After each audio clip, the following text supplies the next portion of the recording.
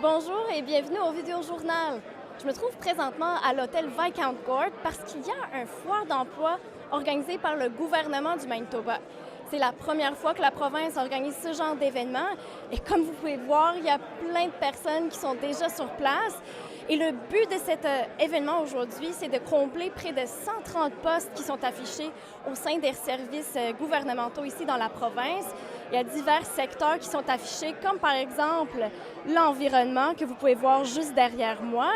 Et ça donne aussi l'occasion aux personnes de venir se faire un réseau, rencontrer des potentiels employés et aussi voir quelles sont les occasions et les opportunités par la province.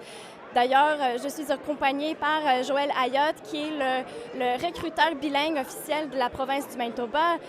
Joël, pourquoi est-ce que c'est important d'avoir ce genre d'événement à Winnipeg aujourd'hui? C'est important pour que la communauté soit au courant de ce qui se passe, les différents postes bilingues, les postes qui sont plus difficiles à recruter, et vraiment annoncer à la province qu'il y a beaucoup d'opportunités, puis c'est un temps vraiment excitant de travailler pour la province du Manitoba. Et Joël, quel genre de postes sont affichés en ce moment que vous êtes vraiment à la recherche de trouver quelqu'un?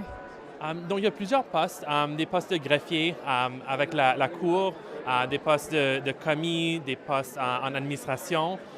Et il y a plusieurs autres postes qu'on cherche, des postes d'analyste politique, des postes en finance. Donc, il y a une grande variété de postes. Présentement, je crois qu'il y a environ 130 postes disponibles et ça change à tous les semaines.